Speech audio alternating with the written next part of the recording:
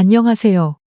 오늘은 명절마다 사돈만 챙기고 손주는 어머니에게 떠맡기는 못된 아들과 며느리에게 아주 통쾌한 방법으로 복수를 한 한순이님의 사연을 소개해 드리려고 합니다. 과연 어떤 사연인지 바로 들어보도록 하겠습니다. 오늘도 일찍 나오셨네요. 그나저나 순희 씨, 이제 장사 그만두신다면서요? 평생을 일해온 북창동 시장 골목. 오늘도 여느 때처럼 새벽 4시에 문을 열었어요. 20년 넘게 운영해온 송칼국수집을 이제 곧 접어야 한다는 게 실감이 나지 않았죠. 네, 이번 명절 끝나면 그만 접으려고요. 68살이면 곧 일은 다 돼가는데 이제 좀 쉬어야죠. 허이고 아드님이 효자시네. 그래도 어머님 편히 쉬시라고 하다니. 옆가게 미숙 씨 말에 쓴웃음이 났어요. 아들 민재는 제게 쉬라고 한 적은 없었습니다. 그저 제 몸이 지쳐서 더는 버틸 수가 없어서였어요. 아침 장사 준비를 하다 문득 5년 전 일이 떠올랐어요.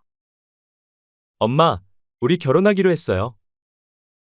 그날도 이렇게 이른 아침이었죠. 민재가 며느리 수진이와 결혼하겠다고 했을 때 전 너무 기뻤어요. 축하한다. 드디어 장가 갈 생각을 하는구나. 엄마는 너가 언제 좋은 짝 만나나 했는데 너무 잘 됐구나. 그때만 해도 전 몰랐죠. 제 삶이 완전히 뒤바뀔 거라는 걸요. 어머님, 신혼집은 요즘 브랜드 아파트로 알아보고 있어요. 롯데캐슬인가? 요즘은 다들 거기로 가더라고요. 며느리 수진이의 말에 그만 숨이 막혔었죠. 거기가 얼만데? 이 정도면 될 것 같아요. 어머님! 억소리 나는 가격을 듣고 한 달 동안 은행만 10군데를 돌아다녔어요. 담보대출이요? 식당으로는 힘들 것 같은데요. 매번 돌아오는 차가운 대답에 얼마나 좌절했는지 몰라요. 결국 대출까지 써가며 겨우 아파트를 장만해줬죠. 70살 될 때까지 일해야 한다는 계산이 나왔지만 그래도 해줬어요. 하나라도 더 해주고 싶은 게 엄마의 마음 아니겠어요. 엄마, 역시 일찍 나와 계셨네요. 추억에 잠겨 있는데 아들 민재가 불쑥 나타났어요. 평소 같으면 출근 준비할 시간일 텐데. 엄마, 저기. 잠깐 얘기 좀 할 수 있을까요? 무슨 일인데 이 시간에 불쑥 찾아와서 그러니? 저기. 수진이가 말하기 좀 그렇다고 해서 제가 왔어요. 아들의 표정이 심상치 않았어요. 가게 안쪽 테이블에 마주 앉았죠. 엄마, 우리 이번 설에 장인어른 가족이랑 동남아 파타야로 여행 가기로 했어요. 그래서 순간 가슴이 철렁했어요. 작년 추석에도 비슷한 일이 있었거든요. 그때는 발리로 가족 여행이라며 손주를 맡기더니 저는 쏙 빼놓고 사돈댁하고만 다녀온 거 있죠. 그마저도 저는 SNS에 올라온 사진을 보고 알았어요. 그래서 엄마가 열흘 정도만 우리 지우 봐주시면 안 될까요? 결국 예상했던 말이 나왔죠. 뭐라고? 열흘씩이나? 저번에도 나만 쏙 빼놓고 여행 가더니 내가 무슨 손주 봐주는 가정부냐? 그리고 내 처가 식구들은 다 여행 가면서 나보고 손주를 보라고? 그게 이번에는 사정이 있어요. 장모님이 많이 편찮으셔서. 그때는 꿈에도 몰랐어요. 저에게 거짓말까지 해가면서 여행을 갈 줄은. 아들 민재가 곤란한 표정을 지었어요. 엄마 그리고 장모님도 연세가 있으시고. 매번 나만 빼놓고 가잖니? 그럼 나는 손주나 보라고? 그때 가게 문이 열리며 며느리 수진이가 들어왔어요. 어머니, 안녕하세요. 민재 오빠 데리러 왔어요. 아, 수진아 잘 왔구나. 잘 왔다. 어머니, 저희 부모님이 많이 편찮으셔서. 그리고 마지막 가족여행이 될 수도 있다고 해서. 그 정도로 편찮으셔? 아니, 왜 나한테는 말도 안 했어? 괜히 어머님 마음 불편하실까봐 말씀 못 드렸어요. 그랬구나. 내가 안부 전화라도 드려야겠어? 아니에요. 지금 정신 없으실 거라 연락은 굳이 안 드려도 될 것 같아요. 숨이 턱 막혔어요. 마지막 가족여행이라니. 괜시리 저만 빼놓고 간다고 다그쳤던 게 미안해졌죠. 어머니, 그리고 또 말씀드릴 게 있어서요. 뭔데 그렇게 뜸을 들이니? 저희 집 말인데요. 좀 더 넓은 평수로 이사하고 싶은데 조금 도와주실 수 있나 해서요. 여윳돈 조금 있으시면 조금 보태주세요. 아무래도 넓으면 손주도 좀 더 뛰어놀 수 있고 여러모로 좋지 않겠어요? 너희 지금 살고 있는 집 내가 20년 장사해서 모은 돈이랑 가게 담보 대출 받아서 사준 거 벌써 잊었니? 엄마. 그게 아니라 70살까지 일해서 대출금 갚아야 한다고 은행에서 그랬을 때 그런 말 듣고도 내가 너희 해준 거 알아? 추석에도 설에도 쉬지 못하고 밤낮으로 일했잖아. 그렇게 해서 너희 집 구해준 거다. 여윳돈은 무슨 여윳돈 타령이니? 그리고 너희한테 다 주면 내 노후는 또 어떻게 하라고 그러니? 너네들이 챙겨줄 거니? 가게에 찾아온 단골 손님들이 놀란 눈으로 우리를 쳐다봤어요. 됐다. 나가. 둘 다 나가. 매번 올 때마다 그놈의 돈 내기는 지겹지도 않니? 저도 모르게 소리를 질렀어요. 그들이 나가고 난 뒤 텅 빈 가게에 혼자 앉아 있었어요. 벽에 걸린 아들 민재의 초등학교 졸업사진이 눈에 들어왔죠. 그때는 그렇게 착하고 순수했던 아이가 점점 부모를 돈 나오는 기계쯤으로 생각하는 것 같아 서러워지기 시작했죠.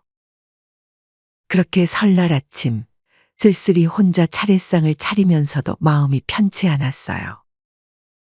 손주 지우는 아직 곤히 자고 있었고 집안에는 쓸쓸한 명절 아침에 정막만이 가득했죠. 문득 지난 추석이 떠올랐어요. 그때도 민재와 수진이는 장인어른 모시고 발리 다녀올게요. 애들 좀 부탁드려요. 라고 말하고 손주만 떨궈두고 갔었죠. 지우야, 일어나서 밥 먹어야지. 깨우러 가려는데 전화가 왔어요. 발신자 표시를 보니 깜짝 놀랐죠. 안사돈이었어요. 새해 복 많이 받으세요. 네, 감사해요. 새해 복 많이 받으세요. 어색한 인사가 오갔어요. 그동안 통화는커녕 명절에 얼굴 본 적도 몇 번 없었는데 어머님, 저희가 이번에 태국 파타야로 효도 관광 가게 됐는데 저희끼리만 가서 조금 죄송하네요. 저희야 애들이 내주는 거니까 뭐라 애기하기도 그렇고 참. 근데 사돈어른 많이 편찮으시다고 해서 걱정했는데 네? 제가 아프다고요. 민재가 그러더라고요. 건강이 많이 안 좋으셔서 마지막 가족여행이 될 수도 있다고. 전화 너머로 들려오는 목소리가 밝았어요. 아니에요. 제가 뭐가 안 좋아요. 뭔가 오해를 하신 것 같네요. 저 아직 등산도 다니고 수영도 하는데요. 어제도 골프 치고 왔다니까요. 온몸에 식은땀이 흘렀어요. 그동안 아들과 며느리가 한 말이 모두 거짓이었다는 걸 깨달은 거죠. 전화를 끊고 허탈하게 주저앉았어요. 손이 떨리는 걸 진정시키며 며느리의 SNS를 열었어요. 역시나 수진이가 벌써 여행 준비 사진을 올려놨더군요. 충격적인 건 그 밑에 댓글들이었어요. 언니, 이번에도 시어머님한테 거짓말하고 가는 거예요? 불쌍한데 어쩌겠어. 다 모시고 가면 돈이 얼마야 어쩔 수 없지 뭐. 그리고 시어머니는 남편이 챙겨야지 나는 우리 엄마만 챙기면 되고. 언니, 그래도 한 번씩은 챙겨드려요. 어차피 손주 보는 거 좋아하시는데 뭐 어때? 눈물이 왈칵 쏟아졌어요. 언제부턴가 저는 그들에겐 그저 비웃음거리였던 거예요. 그때 손주 지우가 부스스 일어나 나왔어요. 할머니, 엄마 아빠는 언제 와요? 곧 올 거야. 배는 안 고프니? 지우의 순진한 눈망울을 보니 더 가슴이 아팠어요. 오후가 되자 민재에게서 전화가 왔어요. 엄마, 지우는 잘 있죠? 그래. 근데 민재야, 네? 방금 사돈 어른이랑 통화했는데 잠시 정적이 흘렀어요. 아, 엄마도 참 그렇게 연락하지 말라고 말씀드렸는데 기어코 하셔서요? 건강이 안 좋아서 마지막 가족여행이 될 수도 있다며? 골프도 치시고 등산도 다니신단다. 아들 민재가 말을 더듬었어요.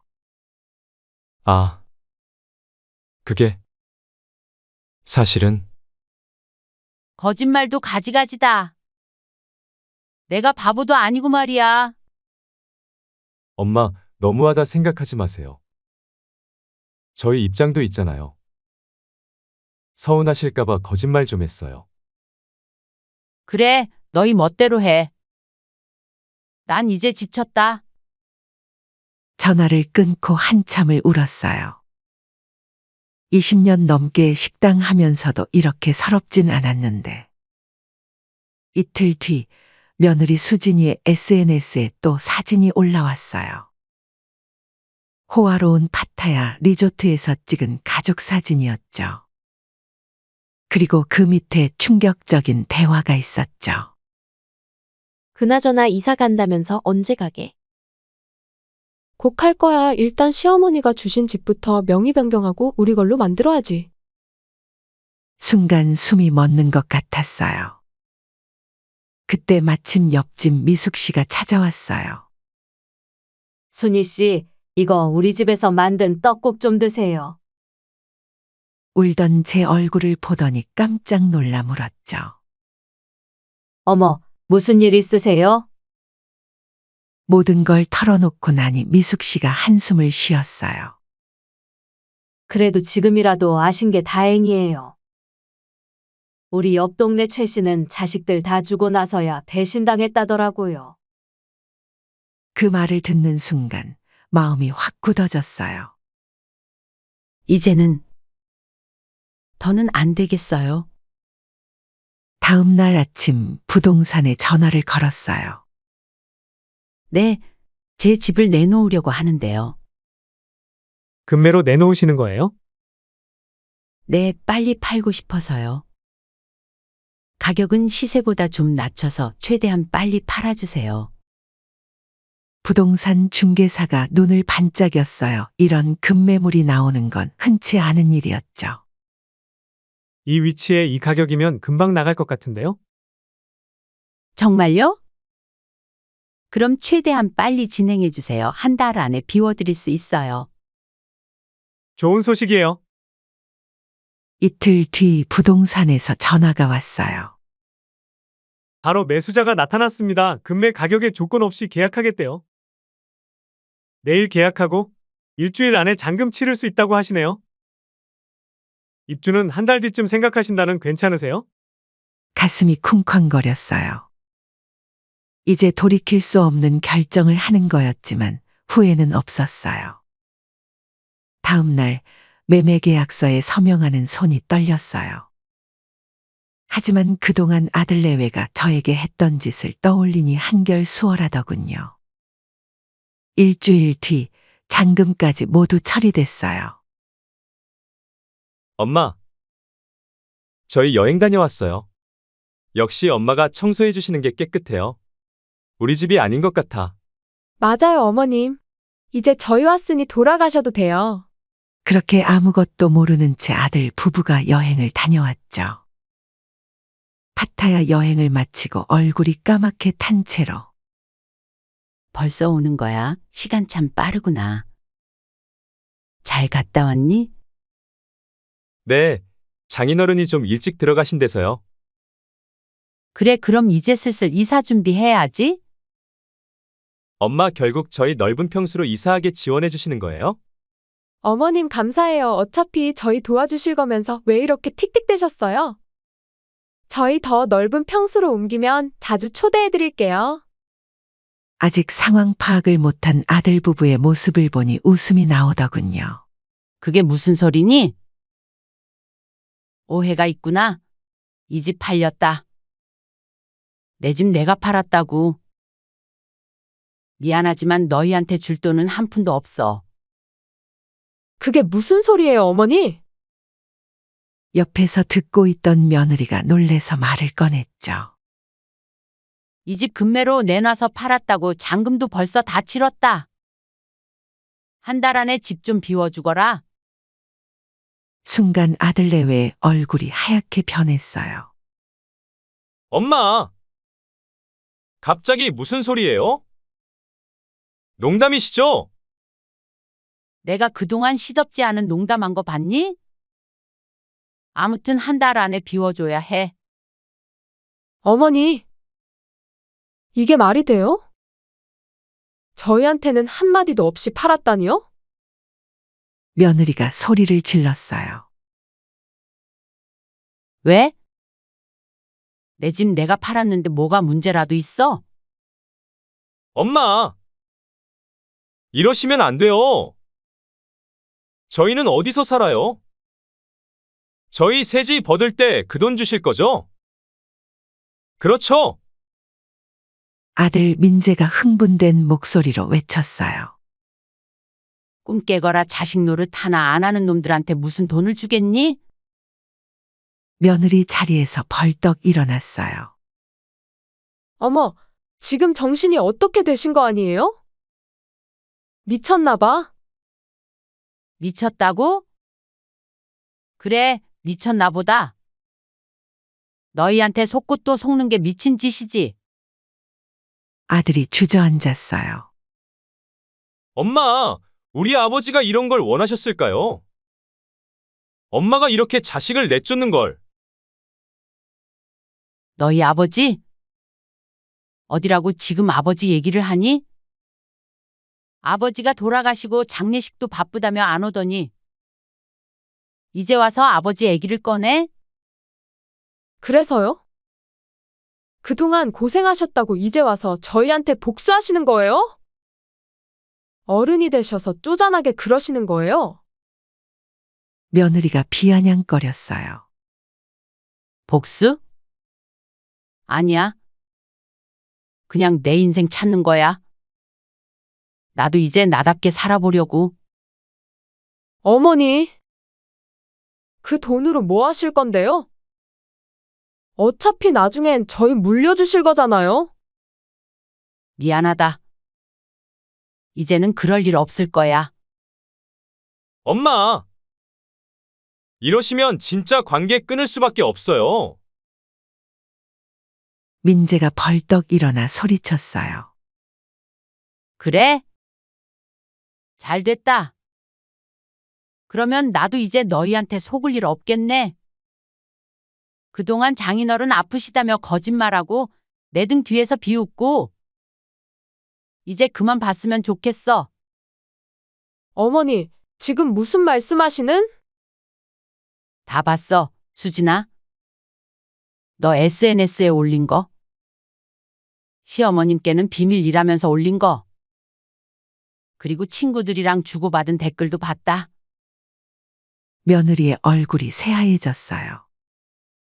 알아들었으면 이제 나는 돌아가마. 이거 말하려고 기다리고 있었어.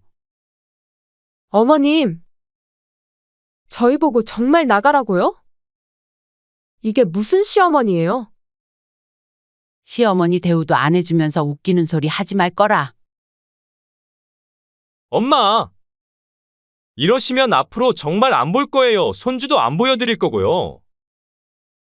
듣던 중 반가운 소리구나. 손주? 미안하지만 보고 싶지도 않다. 이게 말이 되나요? 어머니, 저희가 뭘 그렇게 잘못했다고. 수진이가 울먹이며 말했어요. 추석에도 거짓말, 설에도 거짓말. 이제는 너희에게 그만 시달리고 싶구나.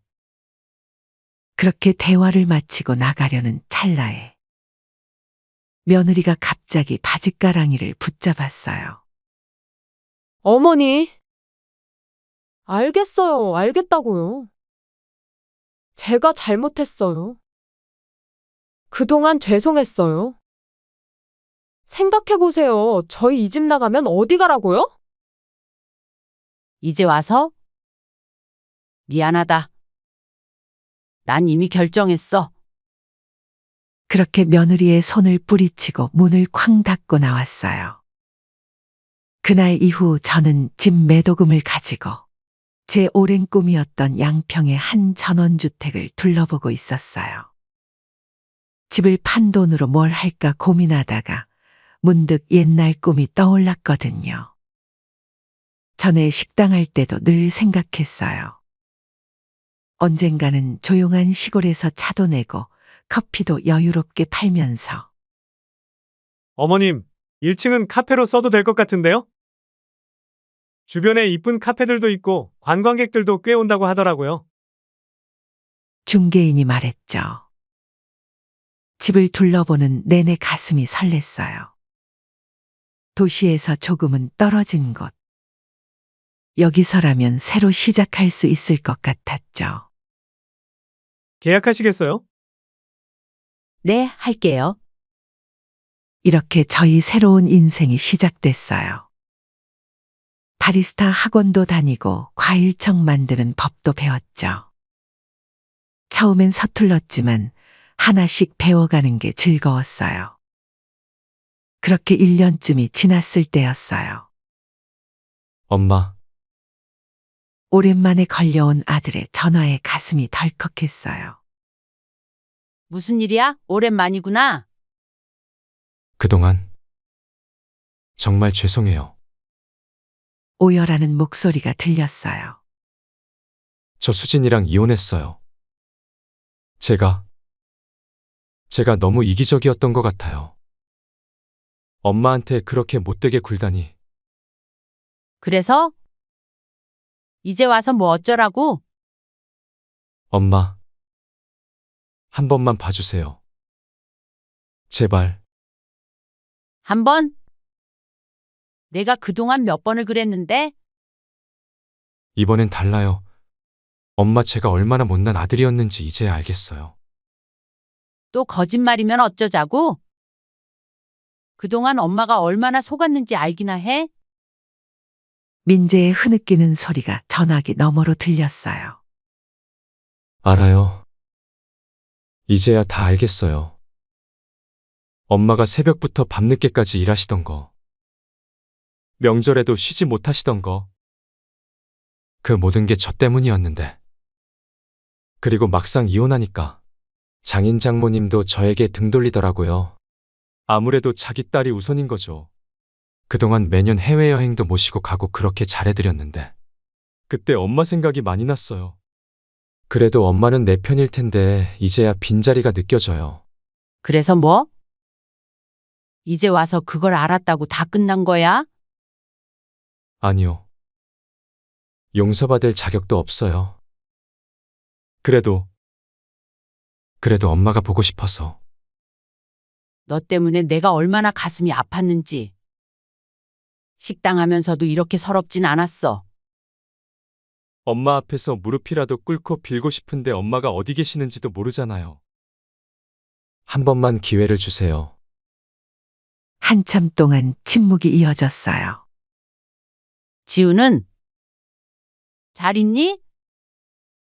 네. 주말마다 데리고 나가요. 이제야 아빠 노릇을 제대로 해보려고요. 한숨이 나왔어요. 그래. 너도 이제 알겠구나. 자식 키우는 게 어떤 건지. 엄마가 계신 곳만이라도 알 수 있을까요? 제발요, 엄마. 시간을 좀 주거라. 나도 생각을 좀 해봐야겠다. 네, 알겠어요, 엄마. 몸 건강 잘 챙기시고요. 그 뒤로도 민재는 계속 연락을 해왔어요. 일주일에 한 번씩 어김없이. 엄마, 요즘은 매일 아침 일찍 일어나요. 엄마가 그렇게 새벽부터 일하시던 게 이제야 이해가 돼서. 지우한테도 달라졌어요. 주말마다 데리고 나가서 놀아주고. 예전엔 제가 얼마나 철없었는지 몰라요. 어제는 엄마가 하시던 칼국수 가게 앞을 지나갔어요. 그 자리에 편의점이 들어섰더라고요. 그때 엄마 얼굴 한 번 더 보고 싶어서 한참을 서 있었어요. 매번 전화를 끊고 나면 한참을 생각에 잠겼어요. 이번에는 진짜 달라진 걸까? 또 실망하면 어떡하지? 이런 문자도 왔어요. 엄마, 저 이제 정말 달라졌어요. 엄마 손잡고 사과드리고 싶은데. 한 번만 기회를 주세요. 제발요. 오늘도 카페 준비를 하면서 그런 생각이 들었어요. 곧 오픈할 제 카페 이제 겨우 새 삶을 시작하는데 아들을 다시 받아들여도 될까요? 여보, 남편 사진을 보며 중얼거렸어요. 우리 아들. 이번엔 진짜 달라진 걸까요? 용서해줘도 될까요? 창밖으로 아침 햇살이 비쳤어요. 따스한 봄날이 시작되는 아침. 여러분은 어떻게 생각하세요? 아들의 마음이 진심일까요? 그리고 저는 아들의 사과를 받아줘야 할까요? 제 사연은 여기까지입니다. 여러분은 자식 때문에 가슴 아팠던 적이 있으신지요? 그때마다 어떻게 대처하시는지 여러분의 경험을 공유해 주세요.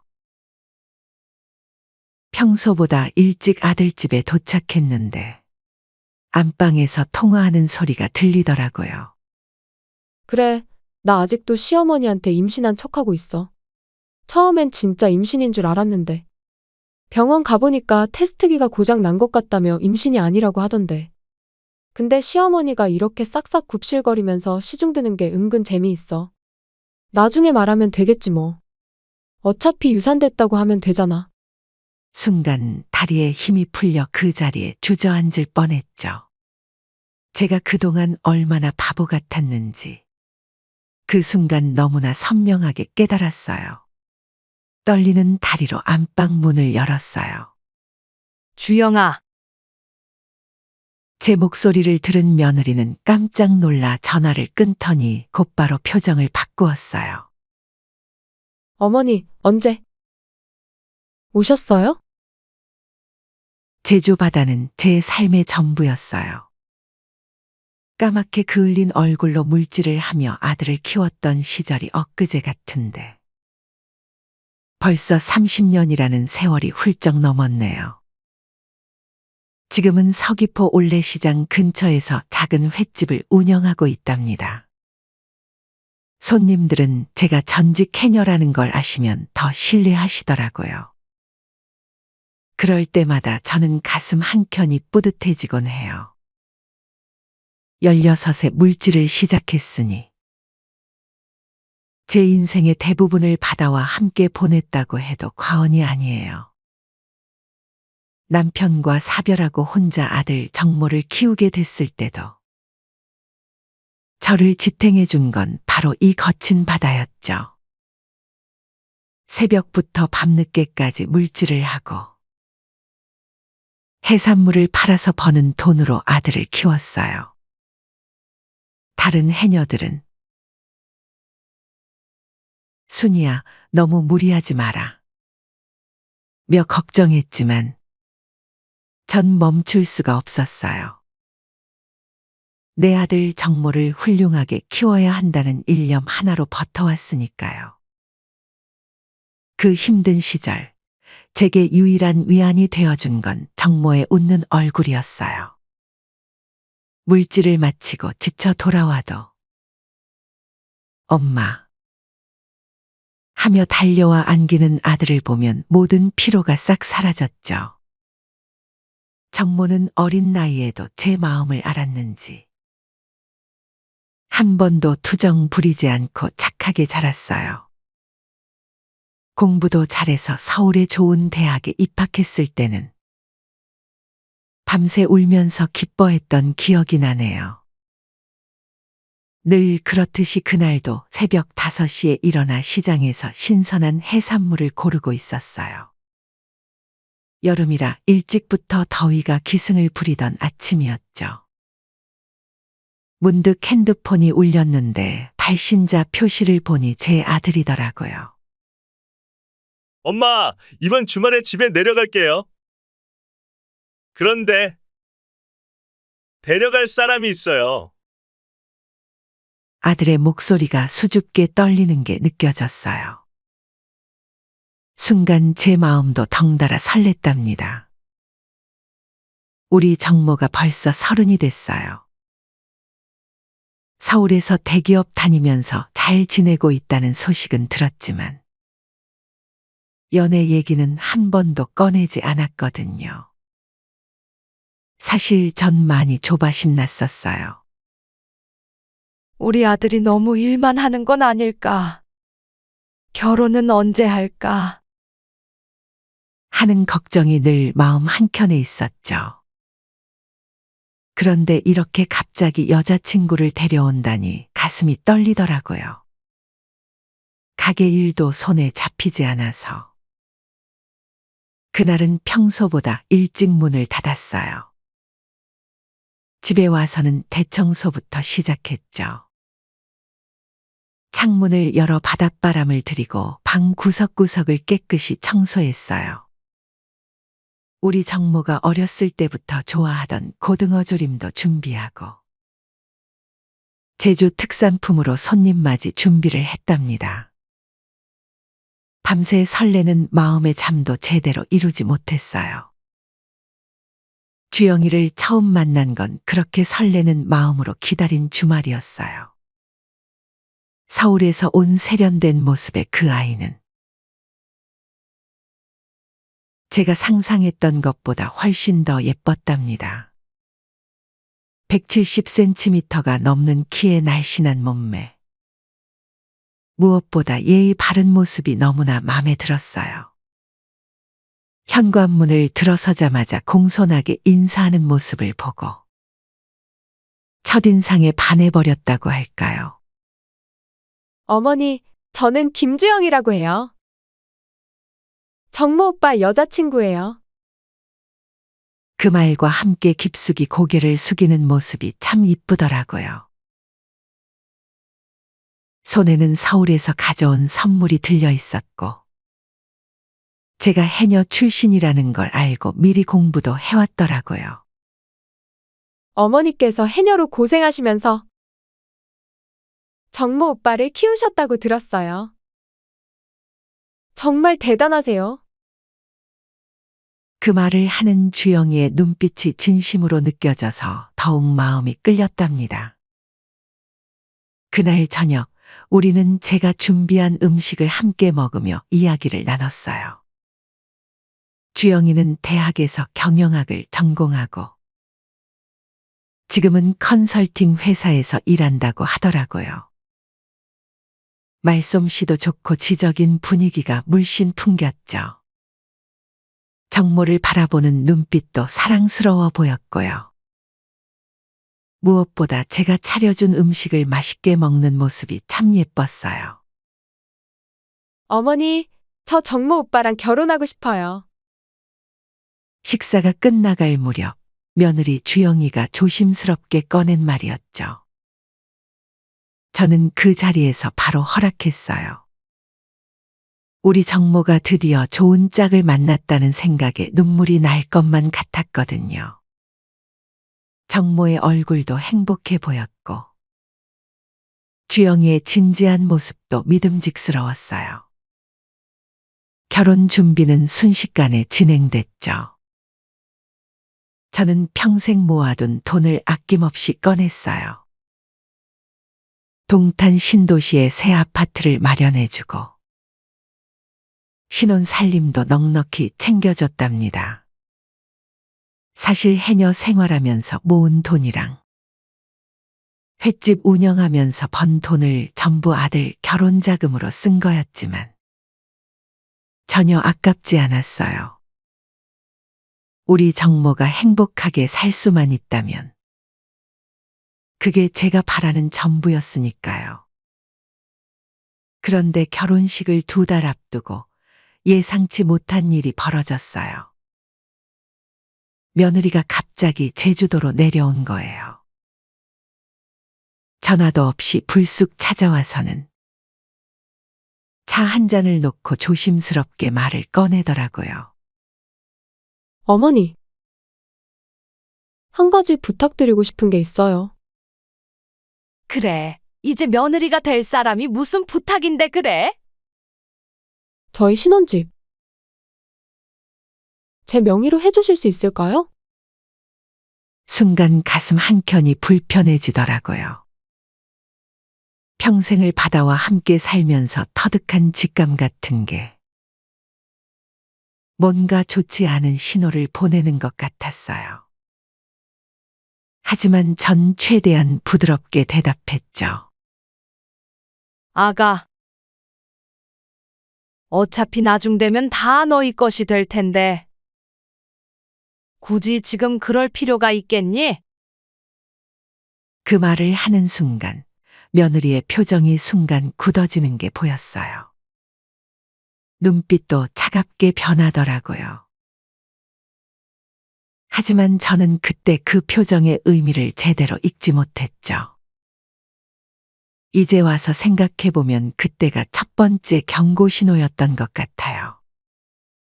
하지만 며느리가 될 사람과 갈등을 만들고 싶지 않아서 저는 그저 웃으며 넘겼답니다. 결혼식은 서울의 호텔에서 화려하게 치러졌어요. 제주에서 올라온 친지들이 순희 씨가 고생 끝에 좋은 며느리 얻었다 며 축하해 주실 때마다 가슴이 뿌듯했죠. 특히 주영이가 결혼식장에서 어머니, 제가 평생 효도하면서 잘 살게요. 라고 말하던 순간은 아직도 생생하게 기억납니다. 그때만 해도 전 몰랐어요. 잔잔하던 바다에 폭풍이 몰아치듯 제 삶에도 큰 풍파가 다가오고 있다는 걸. 새로운 가족의 시작이라 생각했던 그 순간이 사실은 긴 시련의 시작이 될 줄은 꿈에도 몰랐답니다. 그렇게 아들과 며느리가 부부가 된 지 5년이 지났을까요? 며느리 주영이가 임신 소식을 전해왔어요. 전화기 너머로 들리는 목소리가 얼마나 기쁘게 들리던지. 그 순간만큼은 제가 이 세상에서 제일 행복한 시어머니가 된 것 같았답니다. 어머니, 저 너무 걱정돼요. 어머니가 옆에서 많이 도와주실 수 있으시죠? 그 말 한마디에 저는 다음 날 바로 서울행 비행기를 탔어요. 임신 초기에는 특히 더 조심해야 하거든요. 제주에서 가장 신선한 해산물을 가득 챙겨갔죠.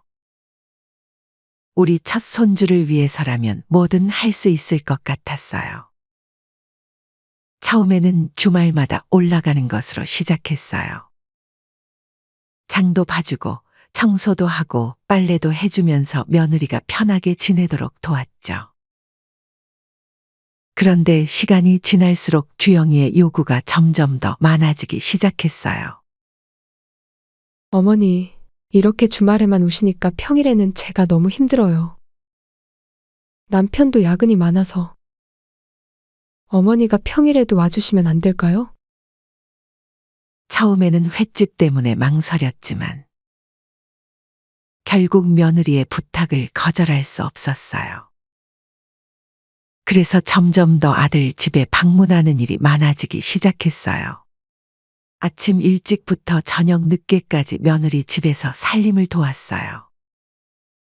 어머니, 횟집은 직원 한 명만 더 쓰시면 되잖아요. 지금은 어머니 도움이 필요해요.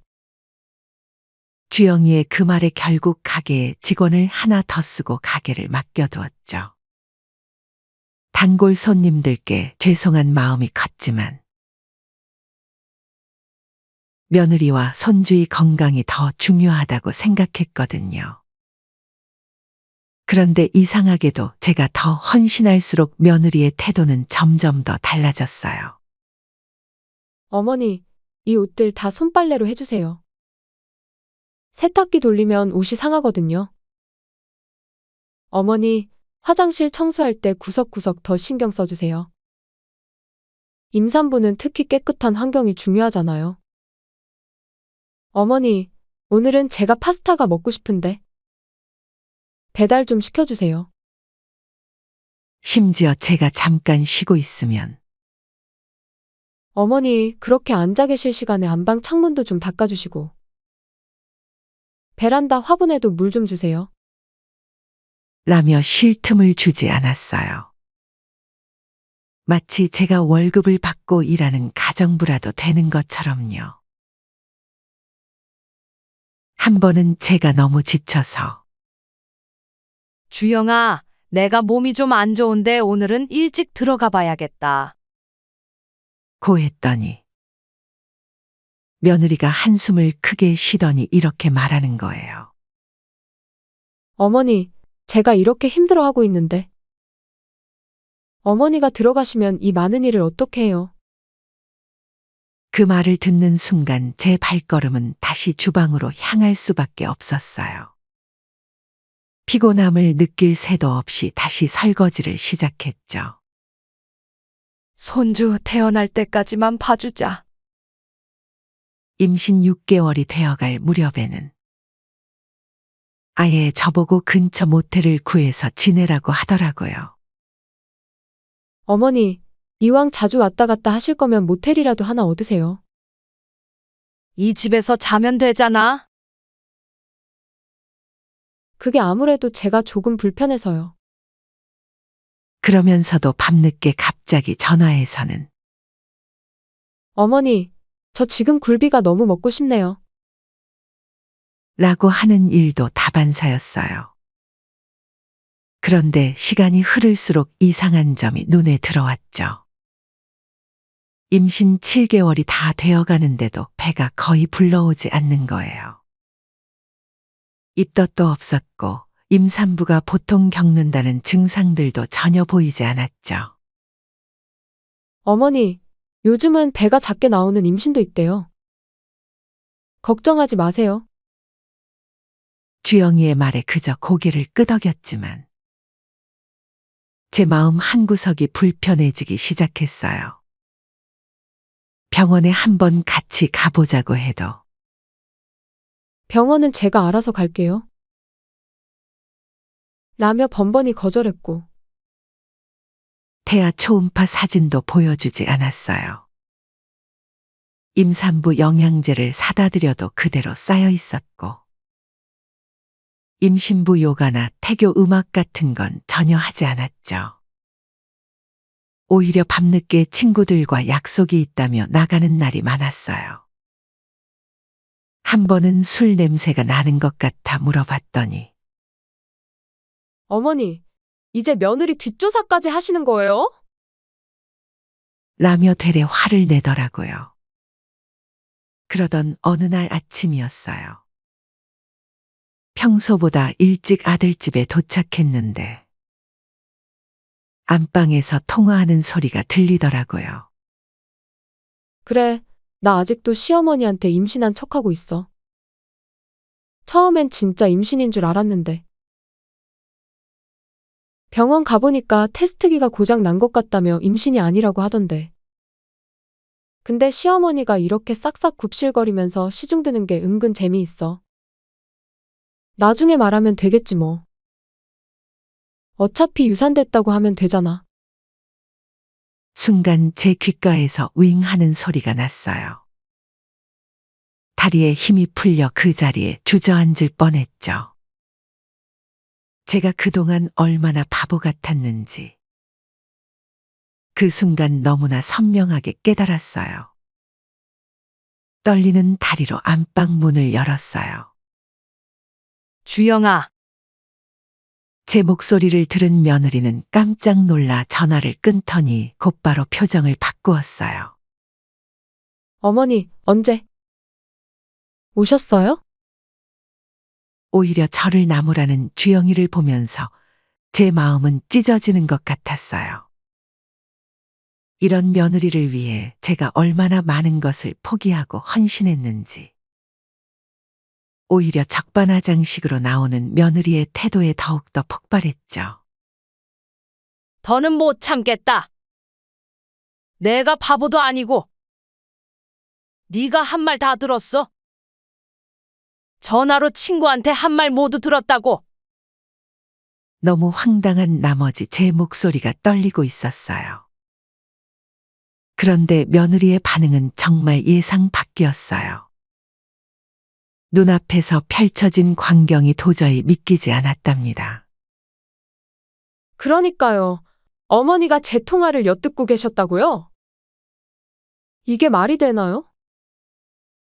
시어머니가 며느리 방문 앞에서 엿듣기나 하고. 어머니 그동안 이런 식으로 저를 감시하신 거예요? 기가 막혔어요. 제가 잘못했다는 듯이 말하는 며느리를 보며 가슴이 철렁 내려앉았죠. 그동안 제가 얼마나 헌신했는데 이런 취급을 받아야 하나 싶어서 눈앞이 캄캄해졌지요. 바다 속처럼 칠흑같이 어두워지는 것 같았어요. 내가 니를 위해서 뭘 안 해줬니?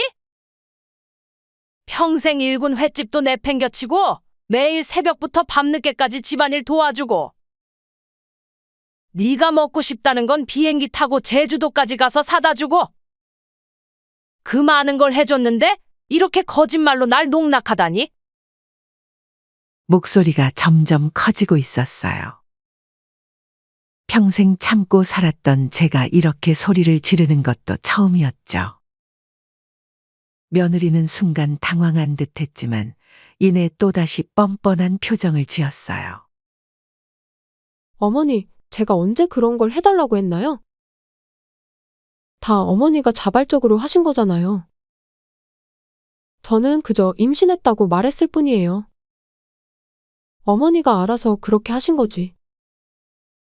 제가 강요한 적 있나요? 그 말을 듣는 순간 다리에 힘이 풀렸어요. 부엌 싱크대를 붙잡지 않았다면 그대로 주저앉았을지도 모르겠어요. 며느라, 너가 임신해서 도와달라고 했잖니? 적반하장으로 나오니 정말 황당하구나. 하지만 그게 뭐가 중요하니? 내 진심을 가지고 장난친 게 더 문제 아니겠니? 제 목소리가 떨리고 있었어요. 화가 난다기보다는 너무 서러워서 눈물이 자꾸 났죠.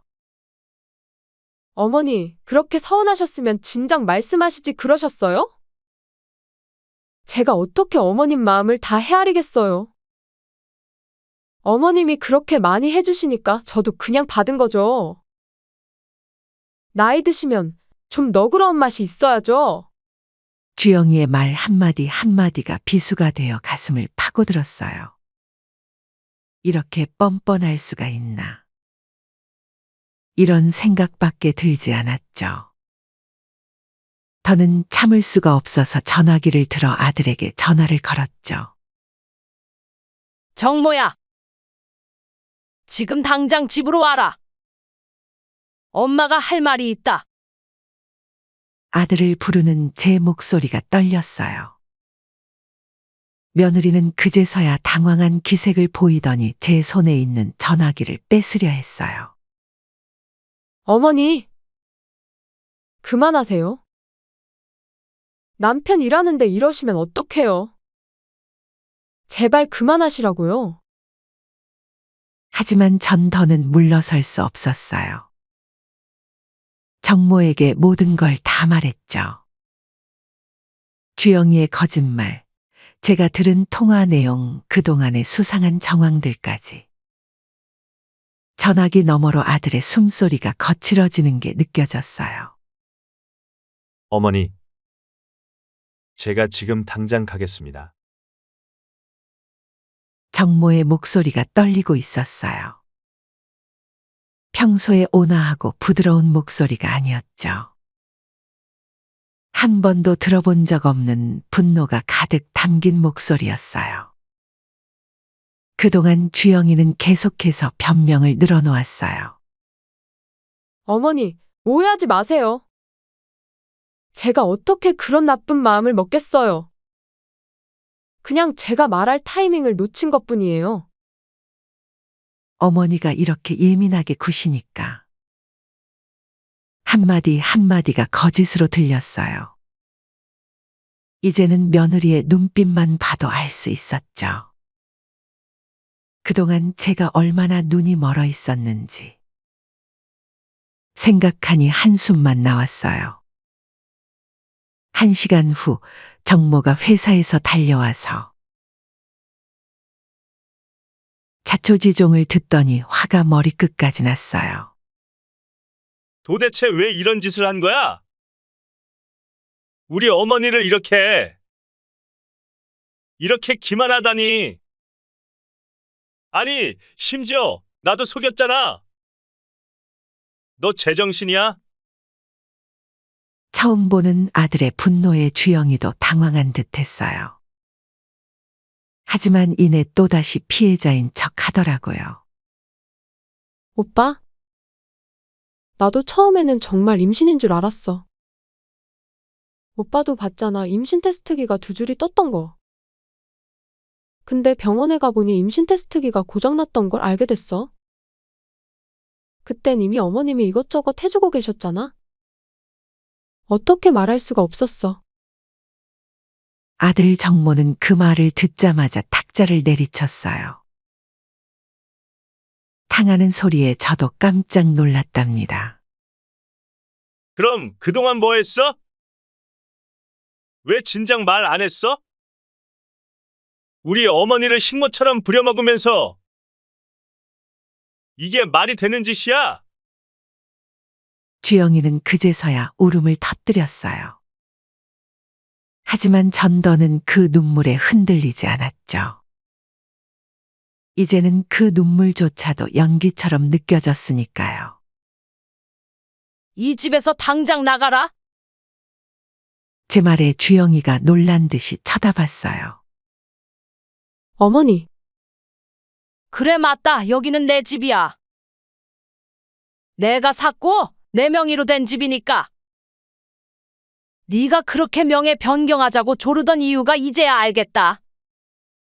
당장 나가. 정모도 제 말에 동의했어요. 어머니 말씀대로 해. 더는 못 참아. 네가 우리 어머니를 이렇게 농락하다니.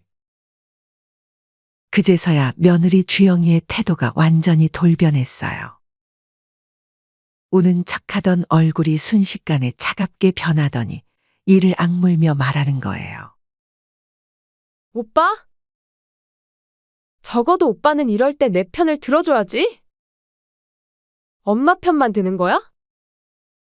아들이 며느리의 말을 자르며 소리쳤어요. 엄마 편. 주영아, 너가 한 행동을 봐. 우리 엄마 등골 빼먹고 거짓말로 온 가족을 농락한 걸 내가 너의 편을 들어줘야 한다고? 2번 말 안 한다. 당장 나가. 더는 네 얼굴 보고 싶지 않아. 며느리는 끝까지 자신의 잘못을 인정하지 않았어요. 오히려 짐을 싸면서도 다들 후회하게 될 거야. 내가 어떻게 하는지 두고 보세요. 라며 협박까지 하더라고요. 짐을 싸는 동안에도 계속 도끼 어린 말들을 내뱉었어요.